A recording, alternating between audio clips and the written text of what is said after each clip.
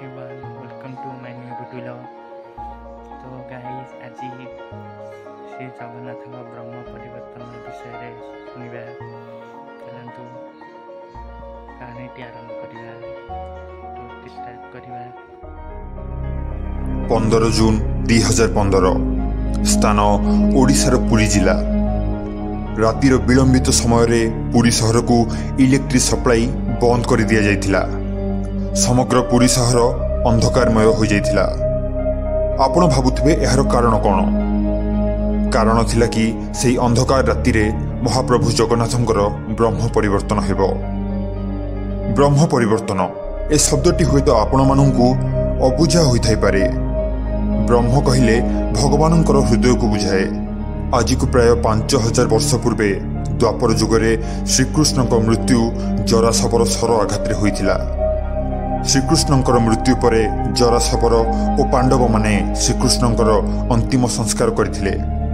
श्रीकृष्णଙ୍କର समस्त अंगरे निया लागि पोड़ी जाइथिला, किंतु नाभि चक्र ठारे थिबा ब्रह्म पोड़ी नथिला।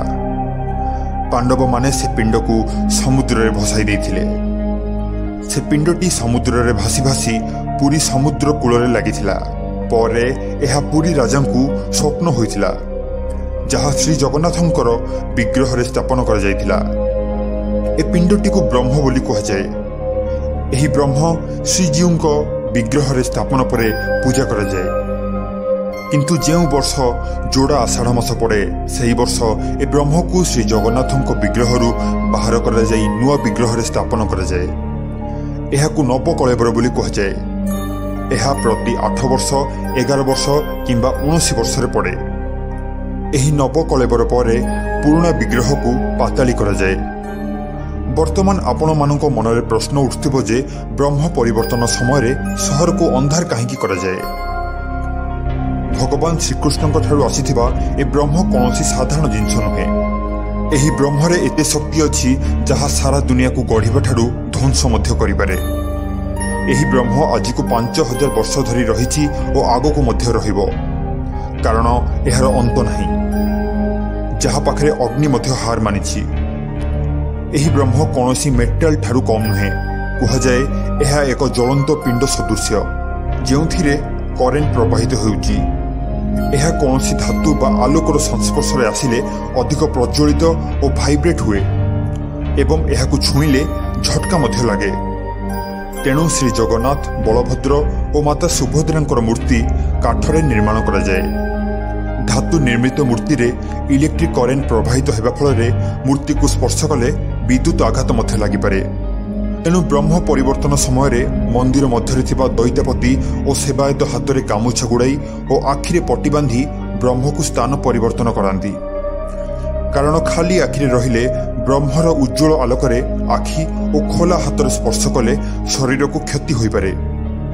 कौनसी लाइट संस्पर्श रे आसिले ब्रह्म अधिक प्रज्वलित होउथिबारु पूरा शहर को इलेक्ट्रिक सप्लाई बंद कर दिया जाए। ए गुप्त नीति बहुत कम दैत्यपति द्वारा संपादित होता है। आपण माने निश्चित आयरन मैन मूवी देखिथिबे, जोंथिरे आयरन मैन रो हार्ट मेटल रे तयारी।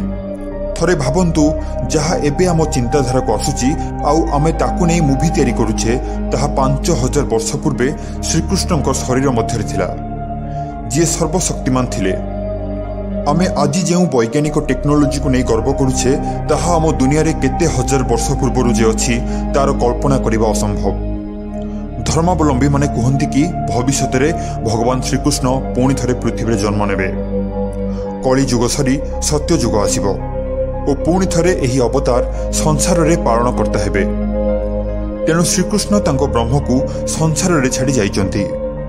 खूब शीघ्र कलिजुग सरी सत्य जुग आसु, यही आशा रखी ए भिडियोटी को शेष करुचु।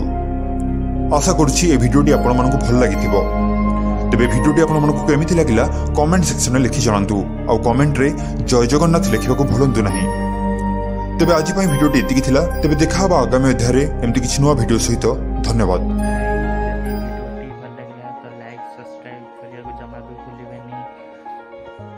परवर्ती भिडियो आसुची भूत हॉस्टेल हॉन्टेड हॉस्टेल एप्रिल 1 तारिख आसुअछि सकाळ 7टा सुधा। यदि भिडियोटा भल लगे तो लाइक सब्सक्राइब करने को जमा